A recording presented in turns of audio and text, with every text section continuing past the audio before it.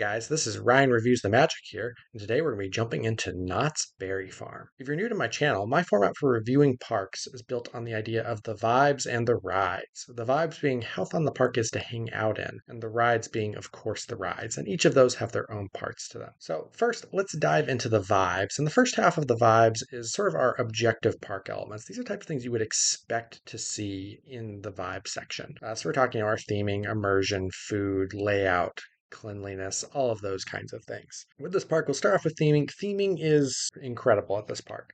They literally grabbed the town of Calico, Colorado, and moved it to Buena Park, California, in order to make Ghost Town. That's a level of like immersive theming that's absolutely incredible. These are like actual buildings from a real life ghost town. People often talk about, Galaxy's Edge being like one of those super immersive lands, or people talk about the Harry Potter lands at Universal as like some of the first hyper immersive lands. But really, I think the very first hyper immersive land was actually Ghost Town at Knott's Berry Farm. Like this land is truly one of the most immersive places out there. The willingness to use actual buildings from a ghost town and moving there is incredible. There's so many things about it that just make it feel lived in. The fact that they have an actual blacksmith, woodworking, all these different kind of like craftsmen people that you can go in and you can watch them do their craft, and you can also go and talk with them and buy things from them. Like it's a really, really cool thing. Like I even like for my iron anniversary with my wife, I bought her something from the blacksmith at Knott's Berry Farm. Like that's the kind of cool thing that this park allows you to do. And that's really something that's so special. And it's not just Ghost Town that's really good. Definitely Ghost Town is the best themed land and is about half the park, but the other three areas are also quite well themed. You have your kids area of Camp Snoopy that I think does a really good job of creating kind of that feel of being a camp in the world of the Peanuts universe. Like you do kind of feel like you actually are a Beagle Scout with everyone's favorite Beagle, Snoopy. And like it's really kind of a fun place, and they do a good job having all the rides there really have some, good Snoopy theming to it. Fiesta Village has a lot of really good like Mexican culture theming going on to it as well. Really good stylizing of buildings. They literally built basically like a Mayan temple for Jaguar, like some really good theming elements there. And then the boardwalk is also quite well done. I'm not a huge fan of beach boardwalk themed lands, which is a topic for another video for another day,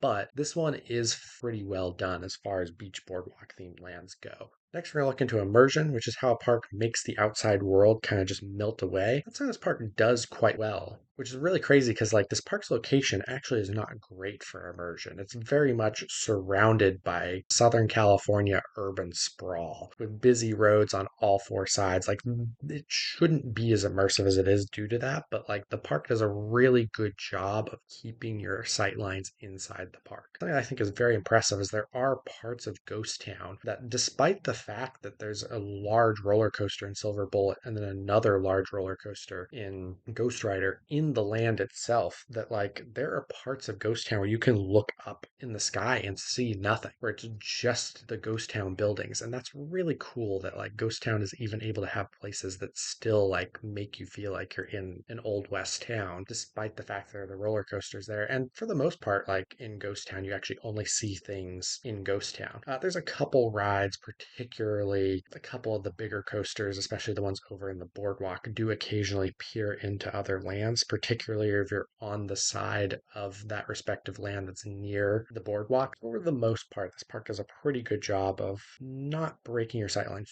too badly. And when they do, it's usually for something worthwhile, like some of their major rides that are quite good. Food here is absolutely amazing. And this really shouldn't be a surprise. If you know anything about the history of Knott's Berry Farm, it's a park that food is so ingrained in its history and so integral to its development. Going from a berry stand that was so popular they needed a chicken dinner restaurant to feed people waiting in line for the berry stand. And then the chicken dinner restaurant got so popular that they needed to build a theme park for people waiting in line for the chicken dinner restaurant. Like food is a very important part of Knott's Berry Farm's history. And as a result, this is the best food experience at a theme park I've ever had. The food quality is incredible. Definitely get something that's boysenberry while you're here. Like all their boysenberry stuff is immaculate. The food is amazing here, but also the portion sizes are really good here too. Like they give you a lot of food as well as high quality food, and that's really, really awesome. They aren't skimping on the quantity here or the quality. It really makes you feel like you're getting your money's worth when you buy food here. And while you're here, even though this isn't technically in the park, I do recommend if you can checking out the Mrs. Knott's Chicken Dinner restaurant. It's technically right outside the park, and you technically don't even need to go into the park to go to this restaurant, but it's a really good restaurant, and I can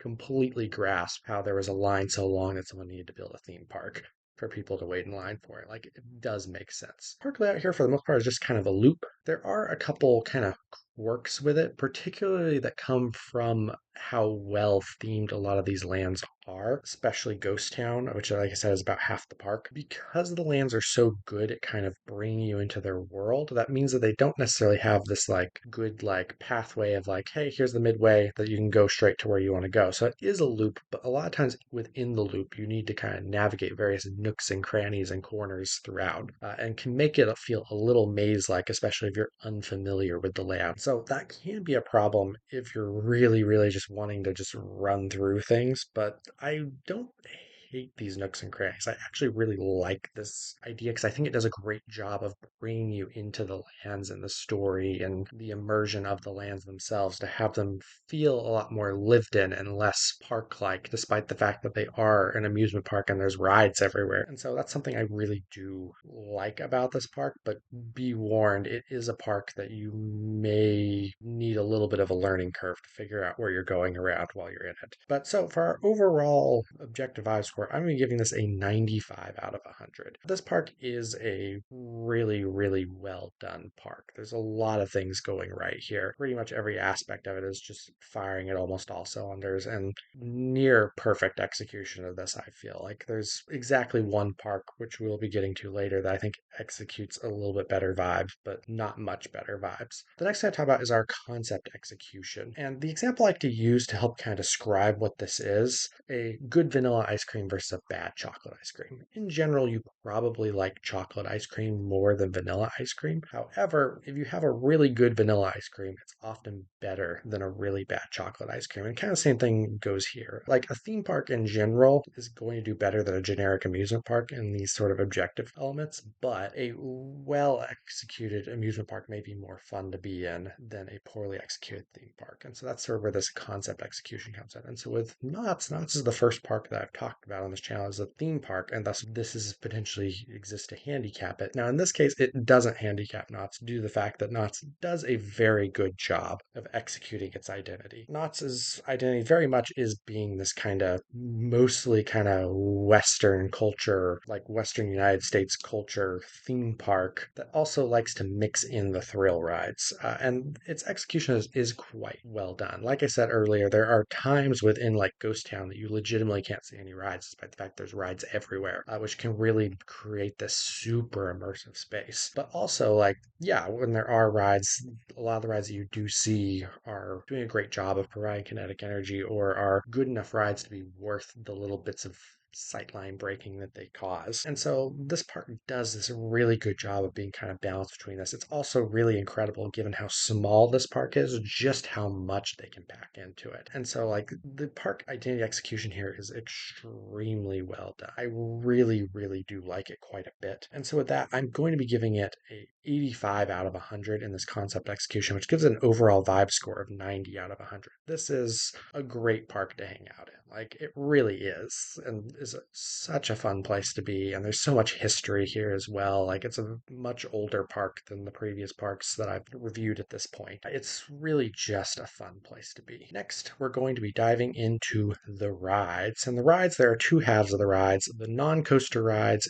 and the roller coasters. I'm a big coaster guy, so for me, coasters are always going to be half the battle in rides. However, I also am the father of a 15-month-old girl and have family members that aren't the biggest coaster riders. And so for me, I'm in a season of life that I can definitely respect a good family ride. I can respect having good rides that people who maybe aren't looking for a huge thrilling experience are going to love. And so I think it is really important for a park to have a truly great ride lineup that you can do both the coasters and the thrills as well as the family and those types of rides. So first we're going to be looking into the non-coaster rides of this park. And this park has a really solid lineup of non-coaster rides actually. There's a good selection of flats here. I always appreciate when there's a good drop tower in a park. Some good spinning rides. Like the flat lineup here is really nice. However, I think where this park really starts to stand out in this category is its kind of area outside of those flat rides. Water rides, this park has an incredible log flume and Tinder Mountain log ride that is also a dark ride and is actually like the original inspiration for Splash Mountain and kind of the original log flume build a mountain around it type of ride. Really great flume, really great kind of dark ride, super fun. The Calico Mine ride is a really great classic dark ride, super cool. Definitely has some of that nice, like classic nostalgia elements to it. Definitely brings you back to kind of the time of when Disney was building Pirates of the Caribbean. In fact, this is a little older than that and was partially an inspiration for that ride. A couple really cool dark rides there, one of which is a water ride. Knott's Berry Tales, in my opinion, is the best shooting dark ride. That may be a hot take for some, but for me, this is my favorite shooting dark ride. Just appreciate that it has like an actual story implemented into the shooting dark ride as well with its good execution of being a solid one. I do really like Knott's Berry Tales. And then this park also has a great rapids ride in the Calico River Rapids. One of the best out there. Animatronics on it does a good job getting you wet. Really a great rapids ride. And I love rapids rides. So this park really has a lot of that going for it. Also some really fun kind of more unconventional rides. There's a train ride. A lot of parks have a train ride, but I really love this train ride. It's very much kind of a story driven train ride and it gets robbed every time. Like that's such a fun thing. And you can get on a stagecoach in this park and ride that around. Like these are types of just cool rides that this park has that just add so much to the day. And something I really appreciate, as I mentioned, I have a 15-month-old daughter who was 14 months old at the time that we visited the park. Having a lot of rides that she can ride with us, like have no height requirement, or at least have like a waived height requirement with a accompanying companion, is really, really awesome. It's great to be able to ride things with your entire family, and it's something this park does really well. There's a lot of options here for this park, which makes it a really kind of great, well-rounded lineup when it comes to non-coasters. And so with that, I'm gonna give this park an 85 out of 100. Like this park is a really good park when it comes to its non-coaster rides. There are definitely some better non-coaster ride lineups out there, but this park is a very good, well-rounded one that checks every box you could possibly ask it to and does a good job of filling those out. And finally, we're going to be jumping into the roller coasters. So the first little note that when you talk about the roller coasters, given the time of my trip, Montezuma's Revenge was still in the middle of its whole renovation situation going on. In fact, while I was there, the loop was not back up, so that also affects some of my sight lines on, say, Jaguar. But so I'm not going to talk about Montezuma's Revenge or count it as part of the score, but there is a chance that you're watching this video later that Montezuma Forbidden Fortress, or whatever it's called now, will be back up, and that would add to this lineup. But for my review, we're just going to kind of assume that thing doesn't exist, which means that we're going to talk about this park having 9 roller coasters, which is a decent quantity. It's not a spectacular quantity, it's decent. It's actually kind of incredible that there are 9 given how small this park is. Like, this park doesn't have a whole lot of space, so to jam 9 coasters in here is actually incredible. I'm going to start with just what I personally think is the worst coaster. GhostRider sucks. Those stinking shin guards are just so horrible. And then the thing is like trimmed to death where it just doesn't do anything, which is probably a good thing because I think that like if it did pull any forces at all, it might break your shins. So it's probably a good thing it doesn't pull any forces. But yeah, it hurts, does nothing. Like it's not a good ride. I honestly feel like the park would be just so much better if they just got rid of it and put something else there. Now we got that one out of the way. Let's get into the first coaster we'll talk about is Snoopy's Tender Paw Twister, which is just a kiddie coaster. Nothing super special here. I do think it's kind of cute that it has a little launch. Definitely very cute looking one, very cutely themed, which is nice with a kiddie coaster. Great little ride to introduce kids to coasters or rides in general. Like does its job well. Next coaster we're going into is Pony Express. This is a Zamperla kind of motorbike coaster. It's shaped like a horse. This ride just doesn't do a whole lot. Like, it's a launch coaster with a not very forceful launch and a layout that doesn't have a whole lot of forces, and it's just over so quick. Like, it's not bad. I don't hate it, but like, it's not the most reliable thing or the most high capacity thing in the world and is a little do nothingy. Next coaster after that, this park definitely has some weak ones at the bottom end, though its top is quite good. We have Jaguar, which is kind of more of a monorail. This is Zer Tavali, really long trains, which is, I mean, that's how all Zer Tavalis are. But yeah, it doesn't pull a whole lot of forces at all. It has a really awesome queue in the whole little like Mayan temple thing. And like I said, it has some cool visuals of like going through the Mayan temple. I didn't get the visual of it going through Montezuma's Loop because Montezuma's Loop didn't exist, but that is a visual that it does do when Montezuma's Loop exists. But yeah, it's nothing super exciting. Cool way to kind of get a view of the area around the park that it goes through. Not the most comfortable to sit in. It's kind of small. After that, we'll be heading over to Camp Snoopy for a quote unquote family coaster in Sierra Sidewinder, which is not a family coaster. I don't know. Like,